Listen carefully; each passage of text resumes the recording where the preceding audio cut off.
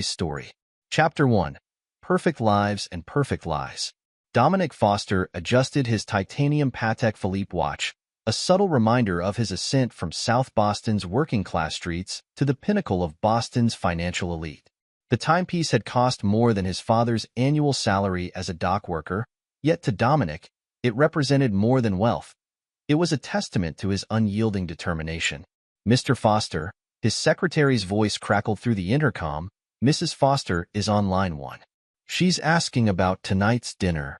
Dominic pressed the button. "Put her through." He maintained his focus on the multiple monitors displaying market trends while reaching for the phone. "Dom, darling." Rachel's voice carried its usual polished charm. "I just wanted to confirm you'll be at La Maison d'Or by 7. You know how Daddy gets when we're late." "When have I ever been late, Rachel?" His tone remained neutral, masking the growing suspicion that had plagued him for weeks. "I'll be there." "Perfect." "Oh, and wear the navy Brioni suit. Mother mentioned the Whitmans might stop by their table, and you know how appearances matter." Dominic's jaw tightened. "Of course they do." He ended the call, turning to face the wall of glass that showcased his domain. The Boston financial district spread out before him like a chessboard, and he was its grandmaster. His phone buzzed with a notification. The iPad sync had worked perfectly, just as his IT team had promised. Rachel's messages populated his screen, including ones she thought were deleted. His eyes fixed on the conversation with JM. "Miss you already.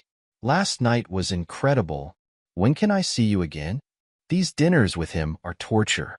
2 more months, baby. Just 2 more months. Dominic's fingers drummed against his mahogany desk, a habit from his youth when he'd count the hours until his construction shift ended. He pulled up another window, the private investigator's preliminary report on James Morrison. Yale Law, 3rd-generation wealth, partner track at his father's firm. The perfect match for Rachel's carefully curated image. "Marcus," he called to his head of security through the intercom, "get me everything on Morrison and Associates' client portfolio. Specifically, any accounts managed by Foster Capital." "Right away, sir." "And Ms. Blackwood is here for your 2 o'clock.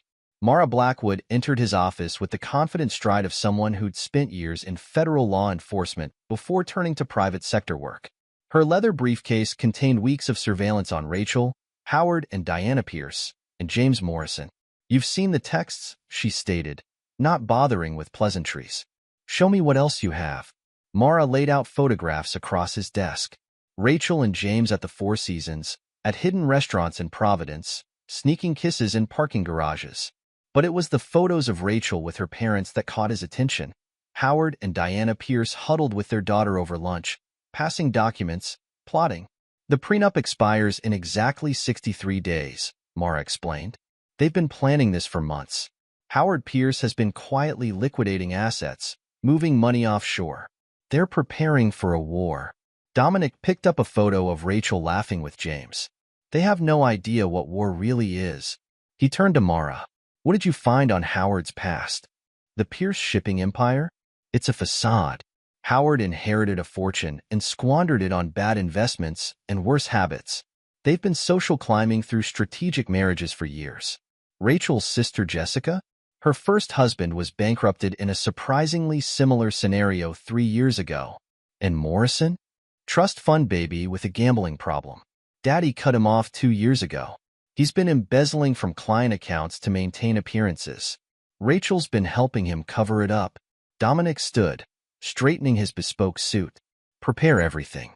When they make their move tonight, I want to be ready to destroy them so completely they'll never recover." The rest of the afternoon passed in a blur of meetings and market calls. Dominic maintained his usual sharp focus, giving no indication that he was orchestrating the systematic dismantling of his wife's entire world. At precisely 6:45 p.m., his town car pulled up to La Maison d'Or. The maitre d' greeted him with practiced deference. "Good evening, Mr. Foster. Your party is already seated." Rachel's smile was radiant as he approached the table, but now he saw the calculation behind it. The way she touched her pearls, his anniversary gift, felt like another betrayal. "Dom, darling." She stood to kiss his cheek. The scent of her Chanel perfume couldn't mask the slight tremor in her voice. Daddy's ordered the most wonderful wine. Howard Pierce sat like a king holding court, his silver hair and perfectly tailored suit projecting old money confidence. Ah, Dominic. I took the liberty of ordering the 82 Lafayette Rothschild. Special occasion and all. Diana Pierce's social media-ready smile was fixed in place, her eyes darting between her daughter and the restaurant's entrance. The $5,000 bottle of wine arrived with appropriate ceremony. A toast, Howard raised his glass. To family. Dominic noted how Rachel's hand shook slightly as she lifted her wine. The pearls at her throat caught the light, a $50,000 strand he'd given her on their first anniversary. Everything about her was expensive, curated, fake. The appetizers arrived, caviar, wagyu tartare, dishes that cost more than what Dominic used to make in a week of construction work. Howard kept ordering, each dish more extravagant than the last. Rachel excused herself to the bathroom for the third time, clutching her phone. Dominic watched her go, remembering the text messages he'd seen. Mom, I can't keep living this lie. James makes me feel alive in ways Dom never could. Diana attempted small talk. The Whitmans were asking about your new property development in the Seaport District. Such an exciting project. Indeed. Dominic sipped his water, watching Rachel return.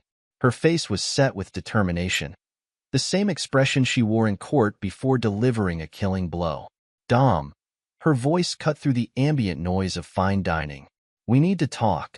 And there it was, the moment they'd been building toward all evening. Dominic set down his napkin, pulled out his phone, and prepared to show them what real power looked like. Actually, Rachel, he said quietly, I believe we do. Chapter 2. The Fall. Rachel Foster had rehearsed this moment countless times in her mind, practiced her speech in front of her bathroom mirror until each word felt natural, inevitable.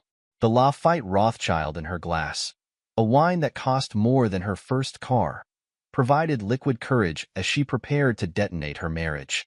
Dom, she began again, her voice steady despite her racing heart. I've been doing a lot of thinking about us, about our future. She glanced at her mother, who gave an almost imperceptible nod. We've grown apart. We're different people now than when we married. Dominic sat motionless, his expression unreadable. The same poker face that had served him well in billion-dollar negotiations now masked his thoughts as his wife of 5 years dismantled their marriage. The passion, the connection we once had, it's gone. I think we both know this isn't working anymore. Rachel's fingers twisted the napkin in her lap, the only outward sign of her nervousness. I want a divorce. The silence that followed her declaration stretched for several heartbeats. Howard Pierce reached for the wine bottle, ready to refill glasses for what he assumed would be a long, messy conversation. Diana's practiced smile remained fixed, though her eyes betrayed anticipation of the drama to come. Instead, Dominic calmly pulled out his phone and pressed a single number on his speed dial. Ms. Blackwood? Execute Protocol Alpha. Rachel's phone buzzed immediately. She reached for it, expecting a message from James. Instead, she stared at the notification in disbelief. Cards declined. Account access restricted. What did you do? The carefully crafted calm in her voice cracked. Before Dominic could answer, Howard's phone chimed. His face reddened as he read the message. This is outrageous. How dare you interfere with my club membership? Diana's gasp followed moments later as she checked her own phone. Howard. The foundation. Someone leaked? They know about the Miller account. Her voice rose in panic. They're calling an emergency board meeting. Oh, I'm just getting started. Dominic's voice remained conversational, as if discussing the weather. He turned to Rachel. Your lover, James Morrison. He's about to learn that his managing partnership promotion next month has been canceled. Funny how many of his firm's clients have their portfolios managed by my company. Rachel's face drained of color. How did you? No. Dominic's smile was glacial. Technology can be so temperamental, darling. iPads syncing unexpectedly, text messages restoring themselves. It's almost as if the universe wanted me to see your conversations with JM about your passionate meetings in Providence. Howard surged to his feet, his face purple with rage. He grabbed Dominic's suit jacket, attempting to throw it at him. You working-class thug. You think you can threaten us? Howard, darling. Diana hissed. People are staring. The maitre d' approached their table, concern etched on his features. Mr. Foster, is everything all right? Perfect timing, Antoine. Dominic stood, straightening his tie with deliberate precision. These three will be handling the bill tonight. I'm sure Howard's American Express black card still works. He paused, checking his phone. Well, for the next few minutes at least. You can't do this. Rachel's voice shook with genuine fear now. The prenup? The prenup? Dominic laughed, the sound devoid of humor. You really think this is about money?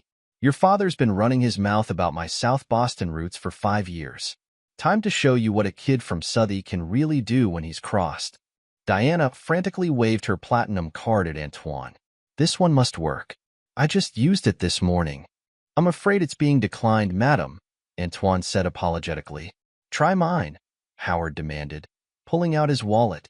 Card after card met the same fate. Dominic headed for the door, then paused. Rachel, tell James to check his client accounts carefully. The Bar Association is very interested in creative accounting these days. He turned to his in-laws. Howard, Diana, I hear Minnesota is lovely this time of year.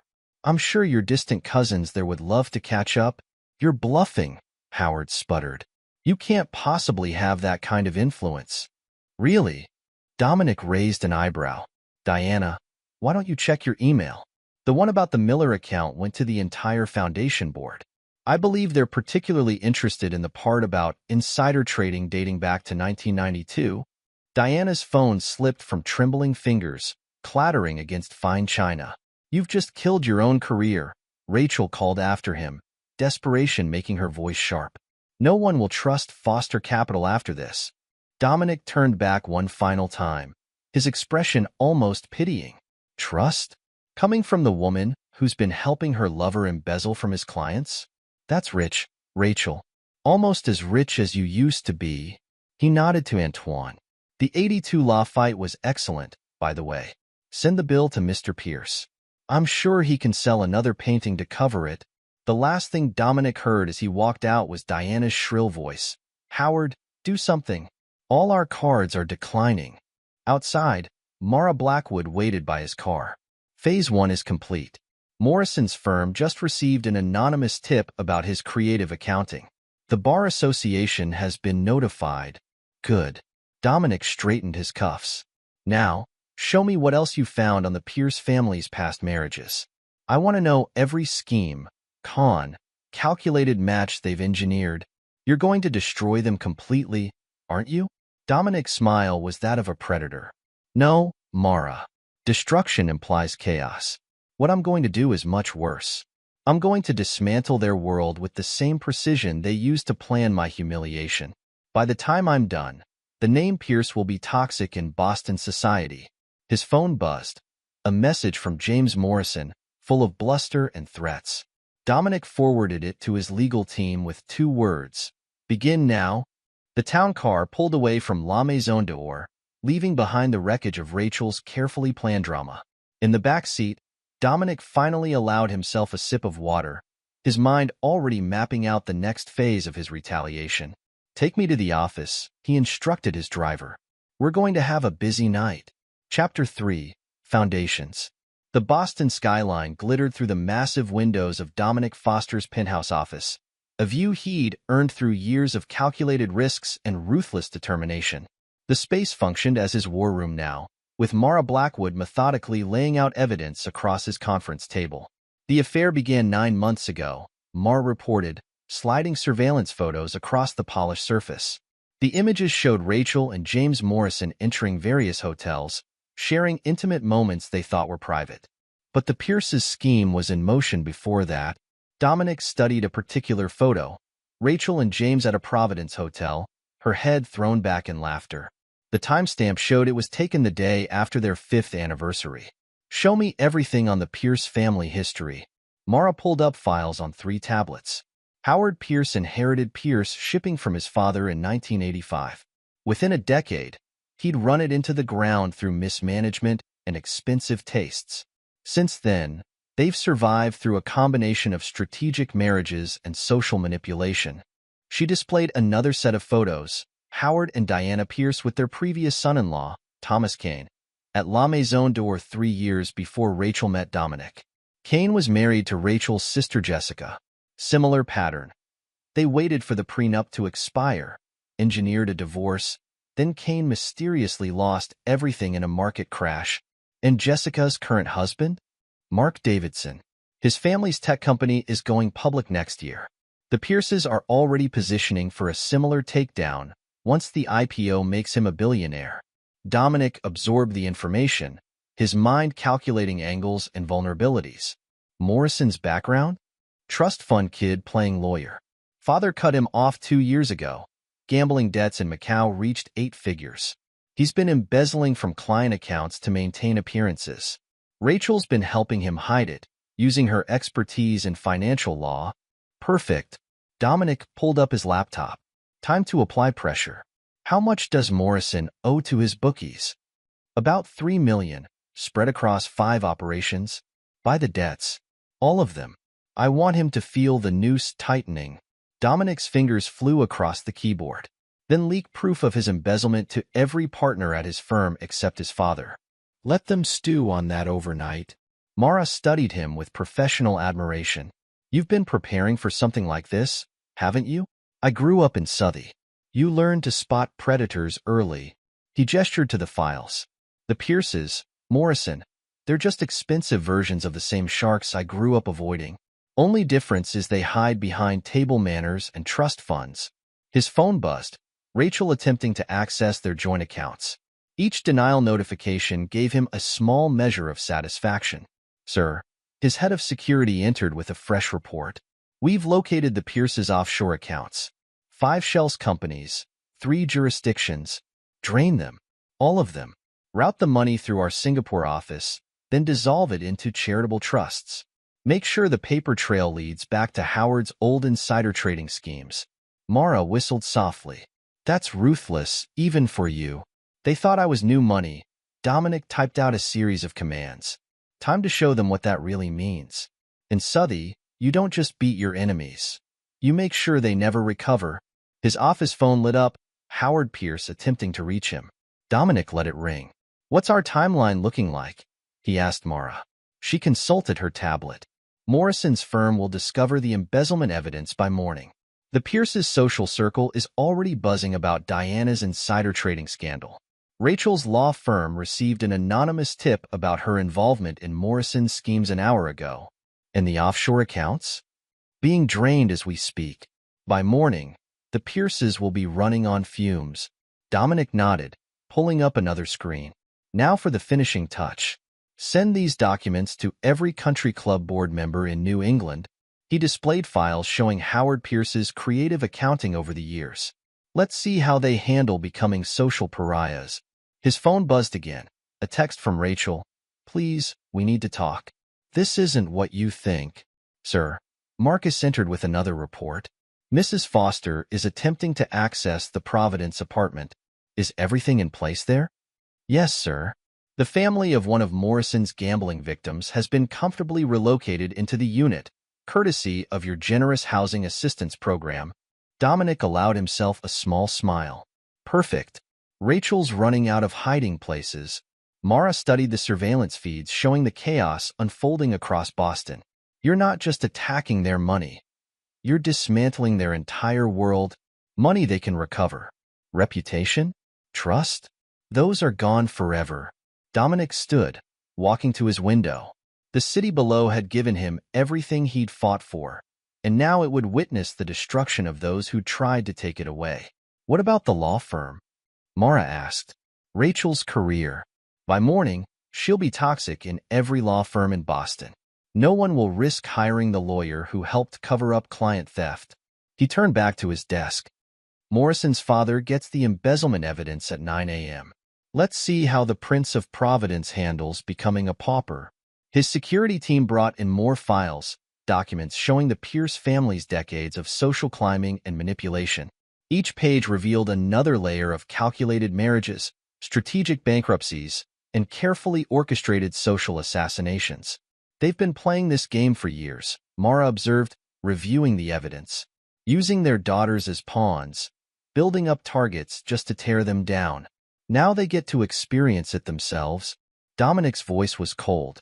Every society event they're uninvited from, credit card that declines, former friend who turns their back. It's all by design. His phone lit up with notifications as Phase 1 completed. The Pierces' remaining liquid assets had been frozen, their social media accounts flooded with evidence of their schemes, their carefully curated world crumbling in real time. "Sir," Marcus returned, "Mrs. Pierce is trying to damage control with their foundation board. Should we release the rest of the evidence?" "Not yet. Let them squirm tonight. Tomorrow, we start dismantling their foundation brick by brick." Dominic checked his watch, barely 4 hours since dinner. "How's Morrison holding up?" Mara pulled up a surveillance feed. James Morrison sat in his office, surrounded by evidence of his crimes, desperately calling in favors that no longer existed. "He's cracking. The loan sharks are already circling, thanks to your acquisition of his debts. His father's firm is about to discover exactly what Junior's been doing with client funds. By morning, he'll be radioactive in the legal community." Dominic nodded, satisfied with the progress. "And Rachel? Running out of options. Her credit cards are dead, her accounts frozen, her reputation in tatters. The only plays she has left are the ones we've anticipated." The night deepened as Dominic and his team continued their work, systematically destroying the foundations of privilege and power the Pierces had built their lives upon. Each move was calculated, each strike precise, the culmination of a plan born the moment he discovered their betrayal. "You know they'll try to fight back," Mara warned as she prepared to leave. "Let them try." Dominic's expression hardened. "They thought I was just another social climber they could use and discard. Instead, they handed me everything I need to destroy them completely." He dismissed his team for the night, remaining alone in his office. The evidence of his retaliation surrounded him: financial records, surveillance photos, social media feeds showing the first tremors of the earthquake he'd initiated. Tomorrow, Boston's elite would wake to find the Pierce family's carefully constructed facade in ruins. Rachel would discover her betrayal had cost her everything: career, reputation, future. James Morrison would learn the price of stealing from Dominic Foster's world. But tonight, Dominic sat in his office, the city lights below reminding him of his journey from the streets of South Boston to the pinnacle of power. He'd fought for everything he had, earned every dollar, connection, ounce of respect. The Pierces had tried to take it all away, thinking him an easy mark. Instead, they'd awakened something they didn't understand: the ruthless determination that had lifted him from poverty, the cold calculation that had made him a financial titan. His phone buzzed one final time. Rachel again. He ignored it, focusing instead on the documents that would complete their destruction.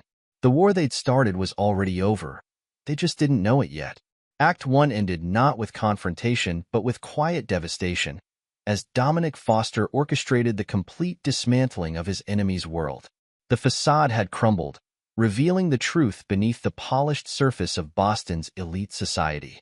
And in his penthouse office, Dominic Foster prepared for the next phase of his retribution, knowing that the real damage was yet to come. Chapter 4: Counterstrike. Rachel Pierce Foster gripped her coffee cup in her new office at Morrison & Associates, scanning the Boston Globe's business section with growing satisfaction. The headline stared back at her: Foster Capital under SEC investigation. She allowed herself a small moment of triumph, a flicker of hope that they might regain control of this war. Her office, while not the corner suite she'd enjoyed at her previous firm, served as a sanctuary after Dominic's ruthless display at La Maison d'Or. The mahogany desk belonged to the firm's history, not her own wealth, a point that stung more than she cared to admit. James Morrison strode in, his Italian loafers silent on the carpeted floor.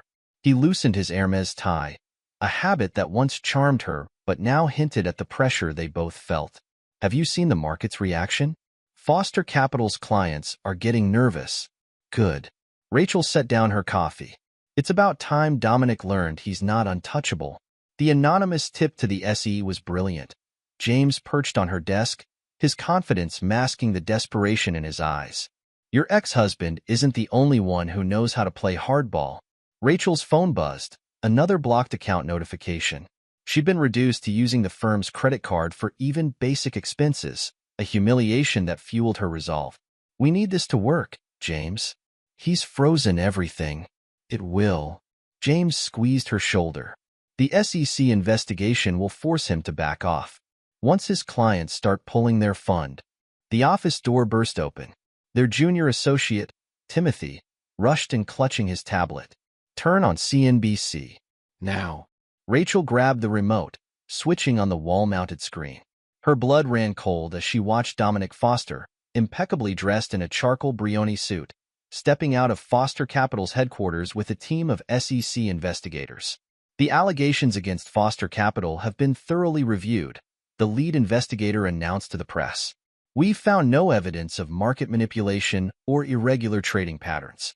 In fact, Mr. Foster's documentation and transparency have been exemplary.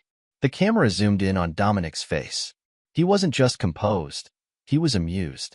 Foster Capital has always maintained the highest standards of compliance, he addressed the reporters. Though I must thank whoever sent the tip. It's given us a chance to demonstrate exactly how clean our operations are. James's face drained of color as Dominic continued. Interestingly, our tech team traced the anonymous tip to an IP address registered to Morrison & Associates. We've provided those details to the SEC for their investigation into potential market manipulation through false allegations. Rachel's phone rang. The managing partners wanted to see her and James immediately. Before they could move, both their phones chimed with news alerts. No, James whispered, staring at his screen. This isn't possible. Rachel leaned over to look. Federal agents were photographed entering James's apartment building. Another alert. His offshore accounts had been frozen pending investigation into client fund misappropriation. He's not attacking Foster Capital, Rachel realized, horror dawning. He's been 10 steps ahead this whole time. Her phone buzzed one final time. A text from an unknown number. Your boyfriend's got problems. Shame about those client accounts he drained. I wonder how many of his colleagues knew you were helping him cook the books?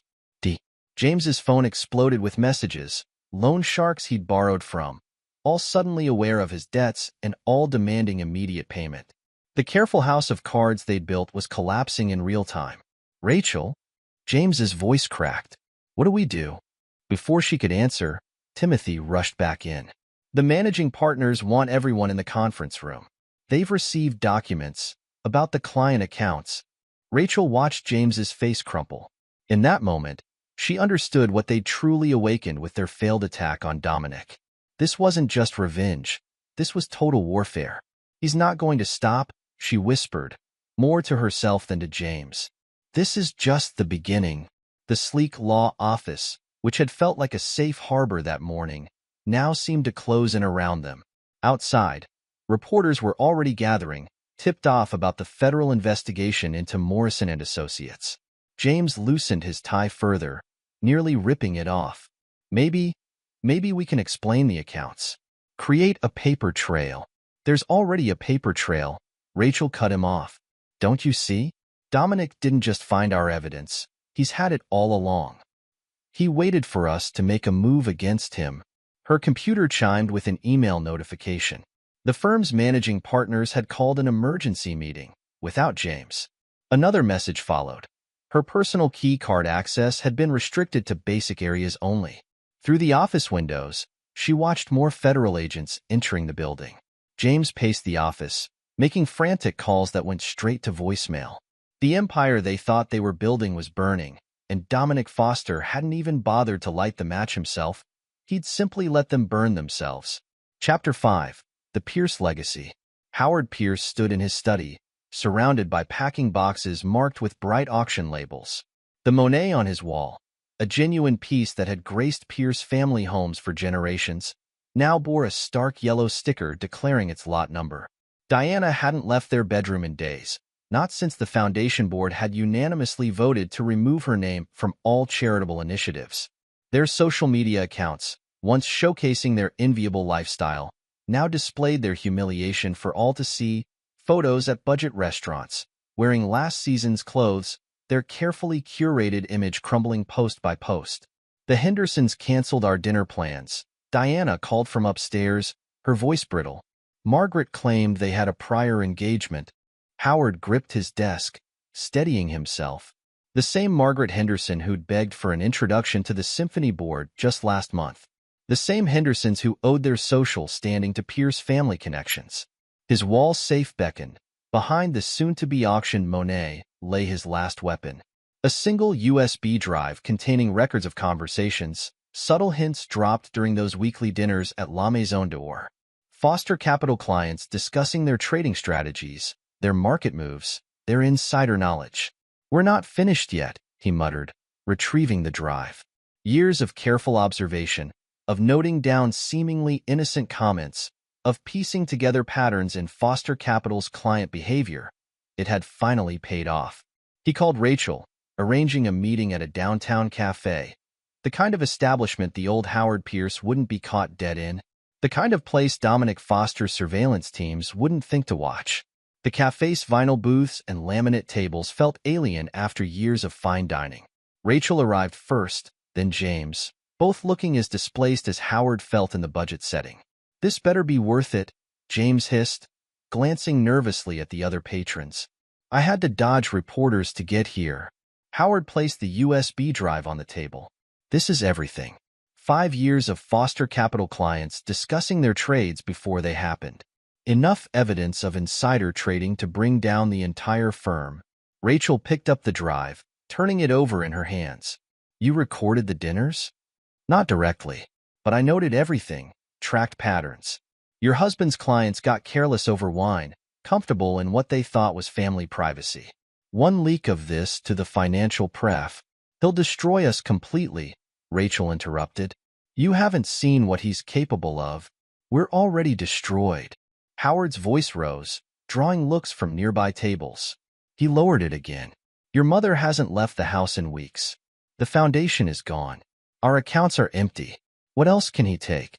James studied the drive. "We need to move fast. Release everything at once, through multiple channels. He won't be able to contain it all." "I have press contacts," Howard said. "Financial journalists who'd love to bring down Boston's golden boy.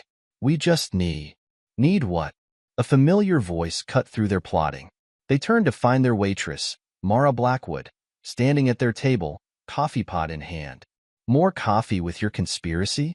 Horror dawned on their faces as 2 more customers stood, revealing FBI badges. Howard lunged for the USB drive, but Mara was faster. "Howard Pierce," she said formally, "I'm placing you under arrest for attempted market manipulation and conspiracy to commit securities fraud." "You can't." Howard sputtered. "That drive, you don't have a warrant." "We don't need one," Mara smiled. "You just attempted to blackmail a federal informant while under surveillance. Everything you've said has been recorded." Rachel watched helplessly as her father was led away in handcuffs, realizing too late that the cafe itself had been a trap. They hadn't chosen this location to avoid Dominic's surveillance.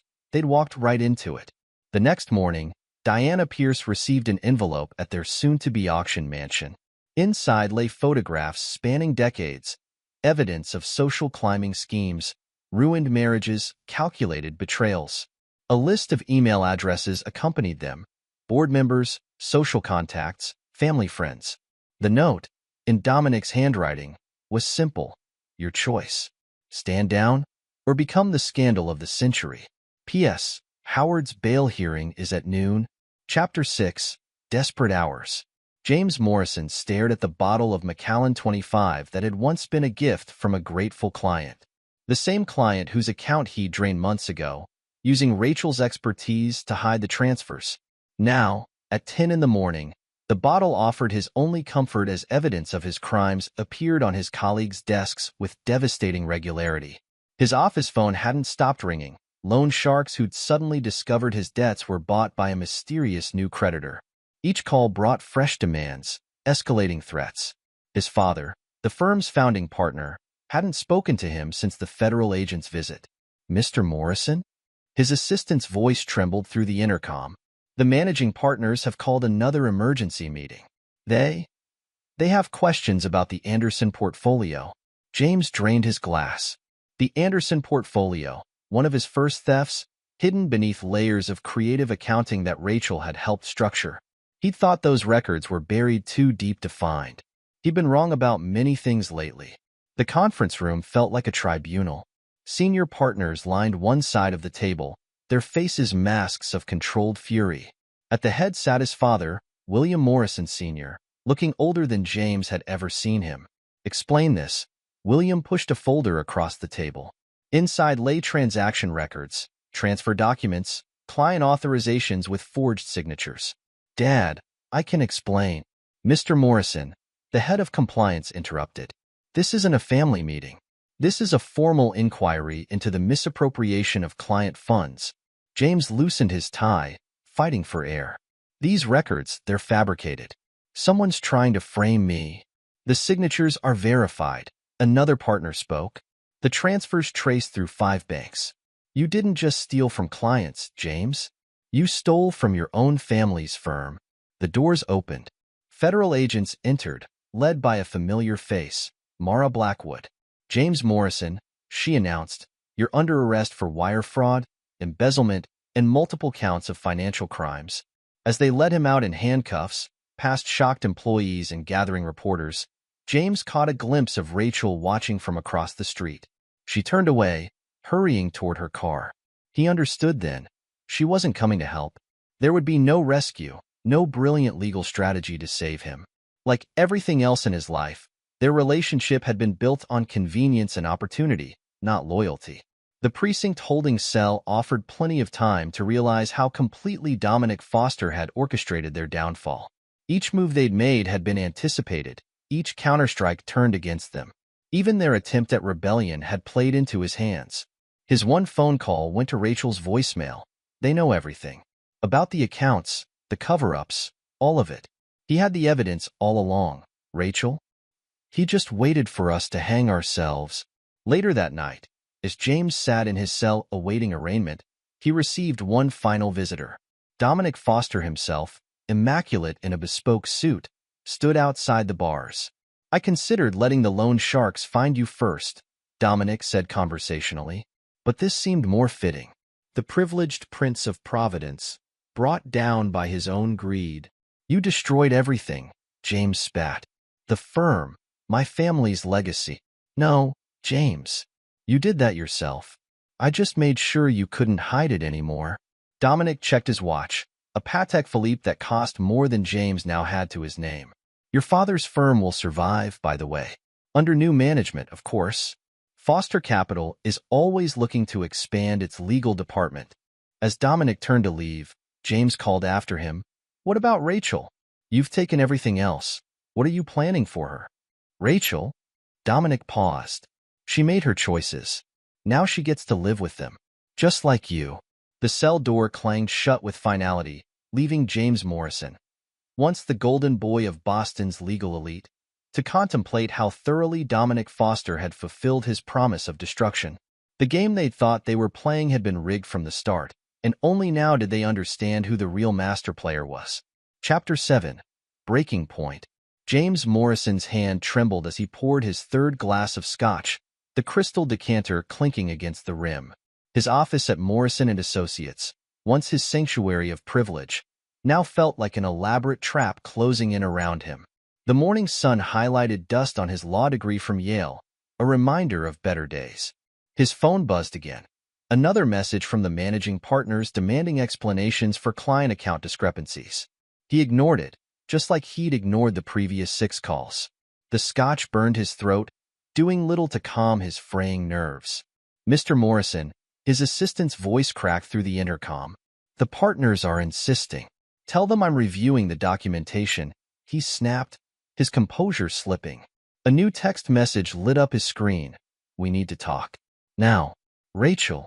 The small cafe across town where Rachel waited was a far cry from their usual haunts. No sommelier, no valet parking, not even table service. She sat in a corner booth, a paper coffee cup clutched between manicured hands that now bore naked fingers, her expensive rings presumably pawned or frozen in accounts she could no longer access. "You look terrible," James said, sliding into the booth. 3 months of Dominic's revenge will do that to you. Rachel's designer outfit had been replaced by department store clothes, her perfectly maintained hair showing streaks of gray. The past months had aged her a decade. James ordered coffee, his hands shaking slightly as he reached for the sugar packet. The managing partners are asking questions about the Anderson account. They found something. They found everything, Rachel corrected him. My parents, they're done. Daddy's having a nervous breakdown. Mother hasn't left her room in weeks. Whatever money they had hidden away, Dominic found it all. We can still fix this. James leaned forward, desperation edging his voice. I have one last plan. If we can just... No. Rachel cut him off sharply. You don't understand. Dominic, he's not just destroying us. He's replacing us. Everything we had, everything we were. He's building something new on top of it. She pulled out her phone, showing James the latest news.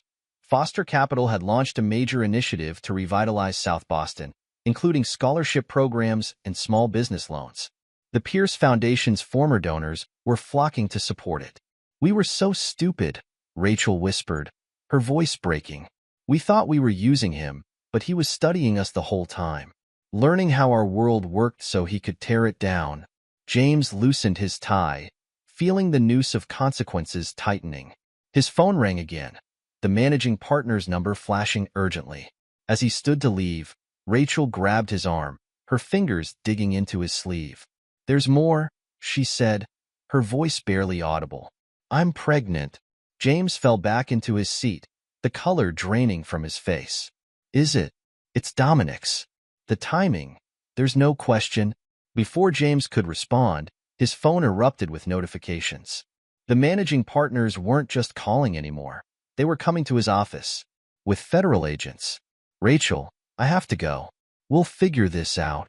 There's nothing to figure out, she said, staring into her coffee.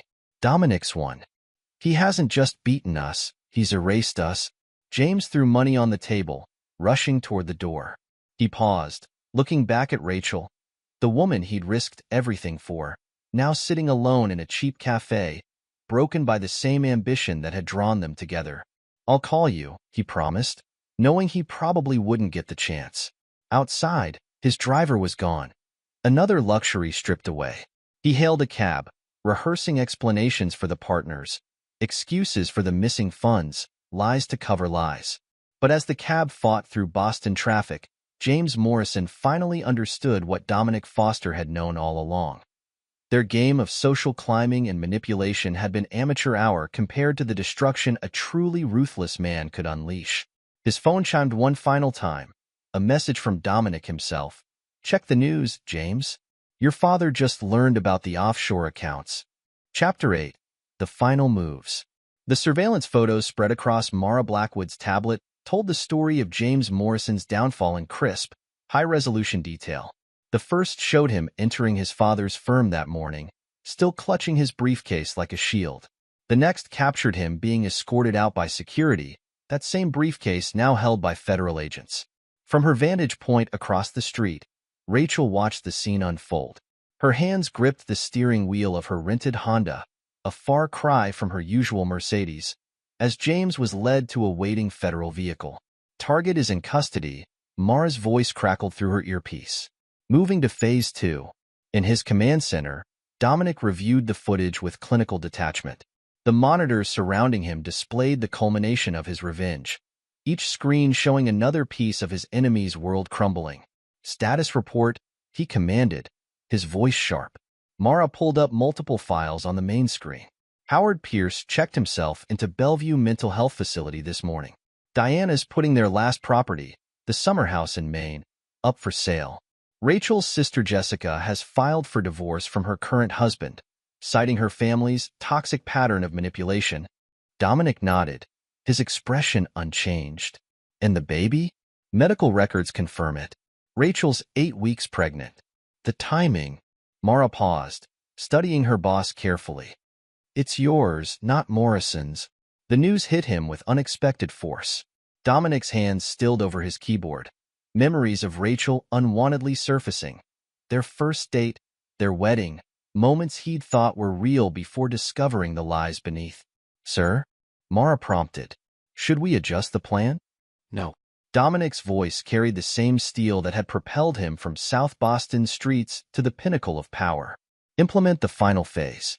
It's time to end this. The pieces were already in motion. James Morrison, desperate and cornered, had taken the bait Dominic had dangled, a scheme to steal what he thought was hidden foster capital money. Instead, he'd walked straight into a FBI sting operation. What about Rachel? Mara asked. Watch the news, Dominic replied, turning to another monitor. The story broke across all major networks. James Morrison arrested for embezzlement and fraud. Rachel stood in her temporary apartment, watching her lover being led away in handcuffs, finally understanding the full scope of Dominic's revenge. Her phone rang. Another law firm declining to represent her in the divorce proceedings. Her credit cards were dead, her accounts frozen, her professional reputation in tatters. The same social circles that had once embraced her now treated her like a pariah. In the command center, Mara observed the multiple feeds showing their target's disintegration. The Pierces are broken. Morrison's facing 20 years. Rachel's running out of options. She has one option left, Dominic said, checking his watch. In 3, 2, 1. The security desk called up. Rachel Pierce Foster had just entered the building. Let her through, Dominic ordered. It's time she understood exactly what she tried to destroy.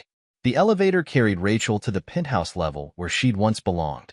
Each floor passed marked another level of her descent, from privileged wife to social outcast. By the time she reached Dominic's office, her carefully maintained composure had cracked. The security guard stepped aside, allowing her to approach the double doors she'd walked through countless times before. Inside, Dominic waited, ready to deliver the final stroke in his campaign of destruction. Send up the papers, he instructed Mara. All of them. The sun had set over Boston, but Dominic Foster's day of reckoning was far from over. In his office, he prepared to confront the woman who'd thought she could use him as a stepping stone. The woman carrying his child. The woman who'd learned that betraying Dominic Foster came with consequences that would echo through generations. Chapter 9. Ashes and Legacy. I know about the baby, Dominic spoke without turning from his window. The Boston skyline spread before him. A kingdom he'd built from nothing, defended with ruthless determination, and would now reshape in his image. Rachel's sharp intake of breath confirmed what his surveillance had already told him. She hadn't expected him to know. Her reflection in the glass showed a woman stripped of pretense, of social armor, of the careful facade she'd maintained throughout their marriage. How long have you known? Her voice trembled. About everything? Long enough. He turned finally, facing her directly. His tailored suit and commanding presence contrasted sharply with her diminished appearance. Your parents are broke. James is facing 20 years. Your sister's starting over. The society you were so desperate to climb? They've all aligned with me now. What do you want? Rachel's whisper carried the weight of defeat. Dominic moved to his desk, retrieving a thick folder. Nothing. Not anymore. He held out the documents. Inside you'll find divorce papers, a modest settlement, and documents for a trust fund for the child.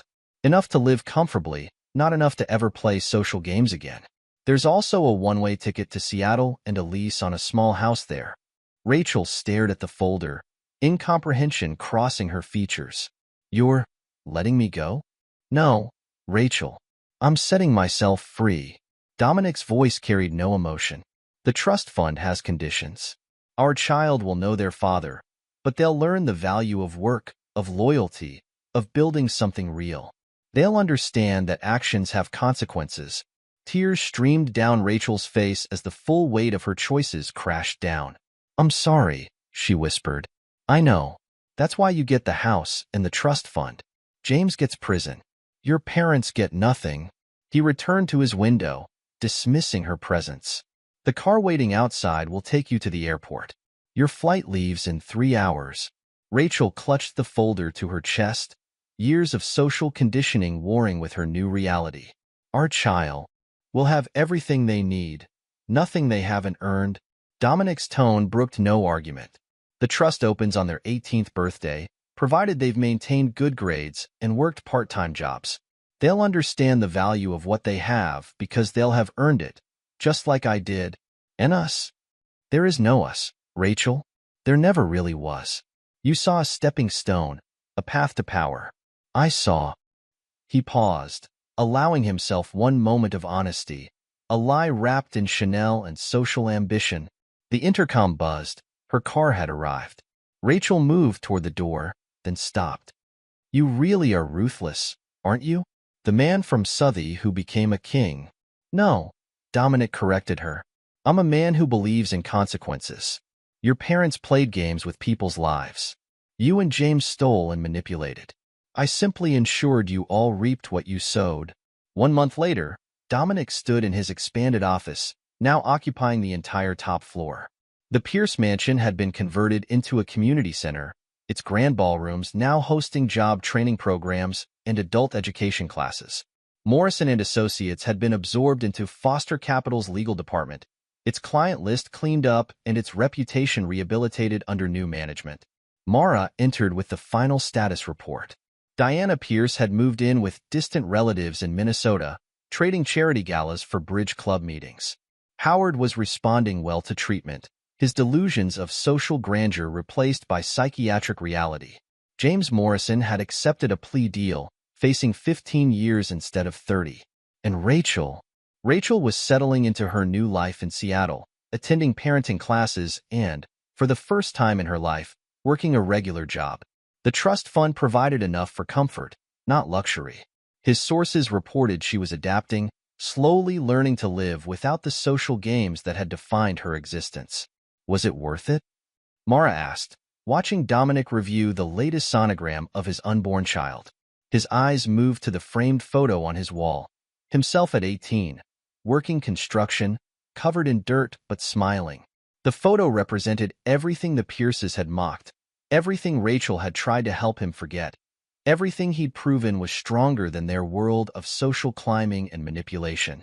They thought I was destroying everything, he said, turning to the plans for Foster Capital's latest venture, a scholarship program for working-class kids with dreams bigger than their circumstances. But sometimes you need to burn things down to build something better.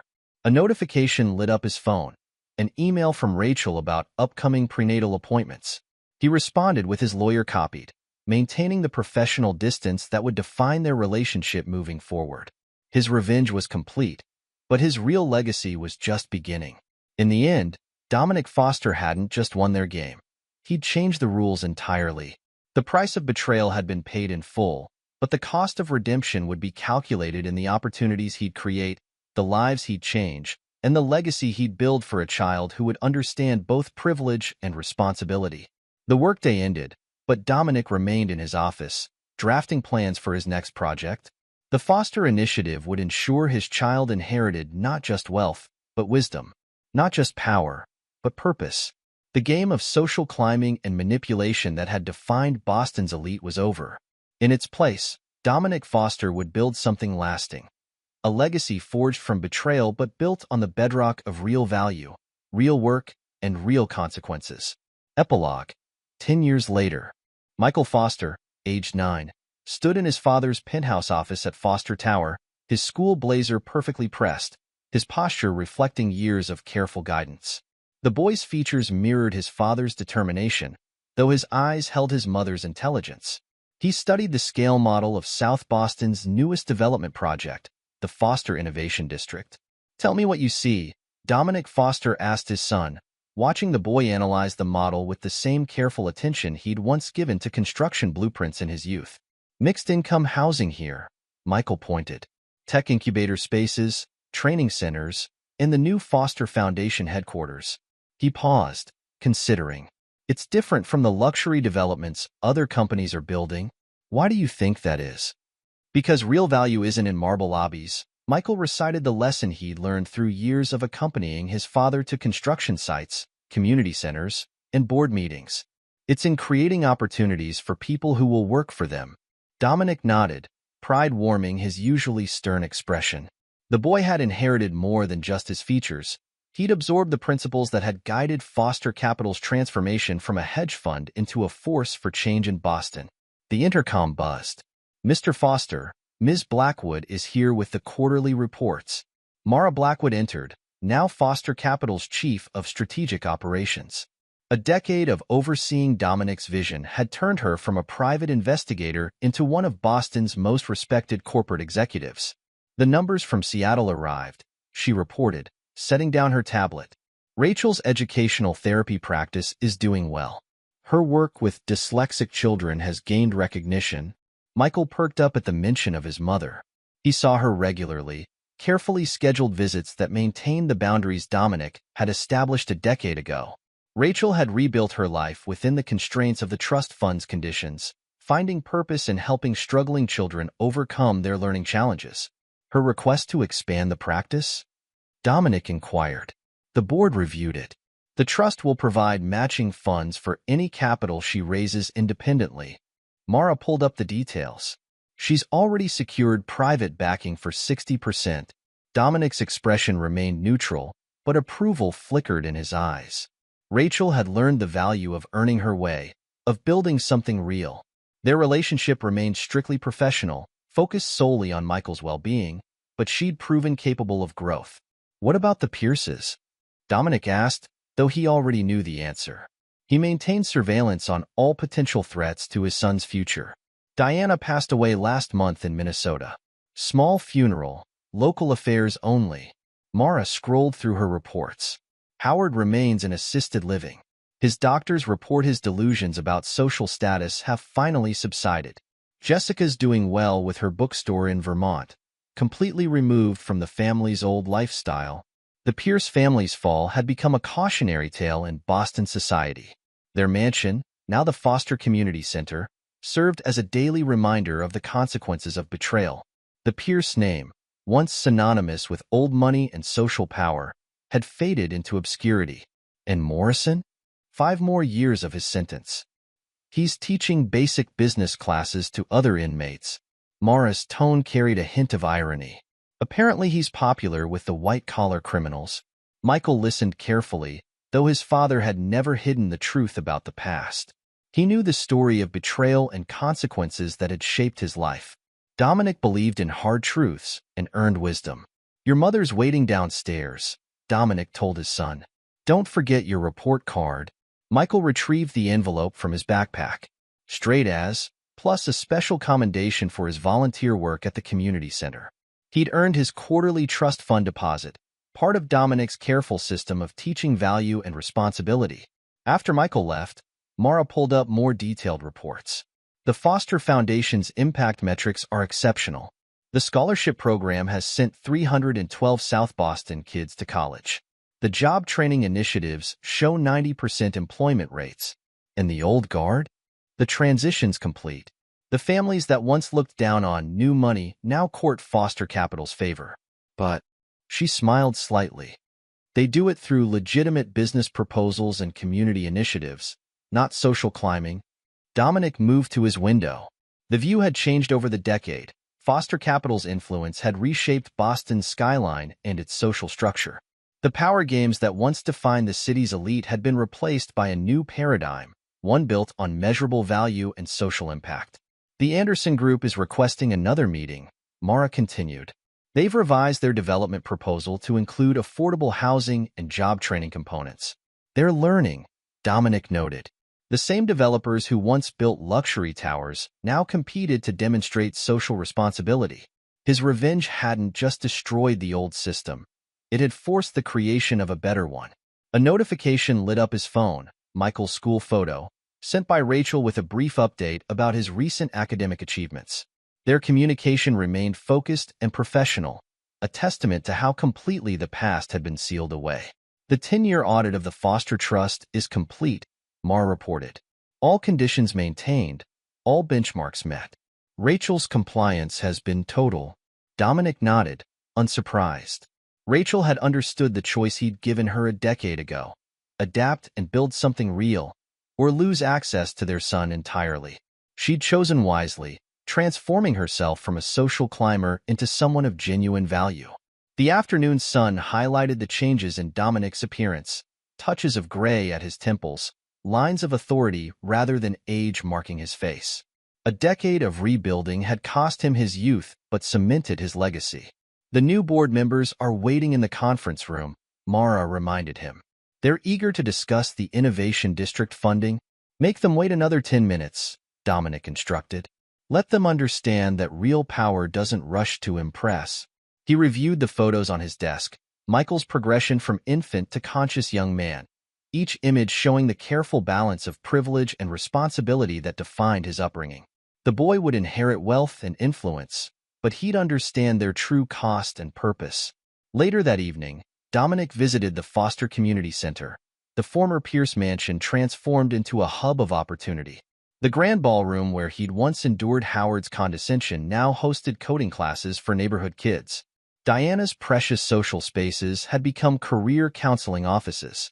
Teresa Martinez, the center's director and a South Boston native, greeted him with a tablet full of success metrics. The new robotics program is at capacity. We've got kids from the neighborhood teaching themselves programming after hours. Double the capacity, Dominic decided. Use the East Wing space.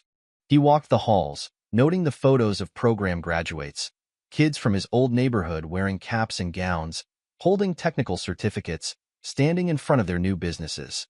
This was real power. Not the ability to destroy, but the choice to build. His phone buzzed, a message from Michael. Mom says thank you for approving the practice expansion. She's helping kids like she couldn't help herself. The simple text revealed volumes about his son's emotional intelligence and Rachel's growth. The boy understood the complexities of his parents' relationship without being burdened by them. Back in his office, Dominic reviewed the latest draft of his legacy document, instructions for Michael about carrying forward the Foster vision. The boy would inherit billions, but more importantly, he'd inherit a purpose. The Morrison and Associates integration is finally complete, Mara reported, bringing in the final files. The law firm that had once harbored James Morrison's crimes now served as Foster Capital's legal arm, its reputation rehabilitated through years of ethical practice. And the last of the Pierce assets? The main property sold last week. Howard's care is fully funded. The rest has been transferred to the Foundation's scholarship fund. Mara paused. It's done, Dominic. The old world is gone. He nodded, satisfaction in his expression. The revenge he'd orchestrated had evolved into something greater, a complete reconstruction of Boston's power structure. The social climbing, the manipulation, the carefully orchestrated marriages that had defined the Pierce era had been replaced by measurable impact and earned success. A notification reminded him of tomorrow's schedule, breakfast with Michael, quarterly board meetings, and a visit to South Boston High School to meet with scholarship candidates. His son would accompany him, learning how real leaders balanced power with responsibility. The day ended as it always did, with Dominic reviewing reports, planning moves, ensuring the empire he'd built remained true to its foundations. The photo of himself at 18, covered in construction dust, still held pride of place on his wall.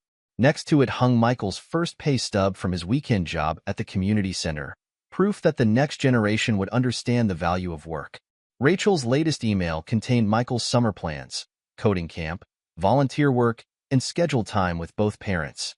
She learned to navigate their complex situation with grace, focusing on their son's development rather than past grievances. The Pierce legacy lived on only in cautionary whispers among Boston's elite. Howard, in his lucid moments, watched news of Foster Capital's success from his assisted living facility. Diana had died believing her family's fall was a terrible mistake rather than the consequence of their own actions. Jessica, the only Pierce to truly break free, had found contentment in her small Vermont bookstore, teaching her children the value of honest work. James Morrison's prison sentence had become a Harvard Business School case study in white-collar crime and consequences. His cautionary tale was required reading at the Foster Foundation's ethics seminars. As night settled over Boston, Dominic Foster stood in his office, surveying the city he'd reshaped. The Foster Innovation District would rise soon, another step in the transformation of his hometown. Michael would watch it build, understanding that real power wasn't inherited or married into. It was created through vision and determination. The boy's last text of the day popped up. Finished my shift at the center. Teresa says the coding kids want to show you their projects tomorrow. Dominic smiled slightly. His son was learning the most important lesson, that true legacy wasn't in the buildings with their name, but in the lives they changed. The Foster empire would endure not through force or fear, but through the positive impact it created. The revenge that had driven him a decade ago had evolved into something far more powerful, a complete redefinition of success and influence. The social games that once consumed Boston's elite had been replaced by a new standard, one that measured worth through impact rather than appearance. Michael would inherit this new world, understanding both its opportunities and obligations. The trust fund conditions that had shaped his childhood would evolve into self-imposed standards of excellence and responsibility. Rachel's transformation from social climber to dedicated therapist proved that change was possible for those who accepted its price. Her practice in Seattle helped children overcome the same barriers to success that had once derailed her own potential. The Foster legacy, built from the ashes of betrayal, had become a blueprint for meaningful power. The boy who left South Boston with calloused hands and unwavering determination had created something even his enemies had to admire. A system where value wasn't inherited but earned, where influence served purpose beyond pride. Tomorrow would bring new challenges, new opportunities to strengthen this foundation. But tonight, Dominic Foster allowed himself a moment of satisfaction. The game of social climbing and manipulation that had nearly destroyed him had been transformed into a force for genuine change. The price of betrayal had been paid in full. The cost of redemption had been calculated and met. And in the end, the true victory wasn't in destroying the old world, but in building something better from its ruins. This is where our story comes to an end. Share your thoughts in the comments section. Thanks for your time. If you enjoy this story, please subscribe to this channel. Click on the video you see on the screen, and I will see you there.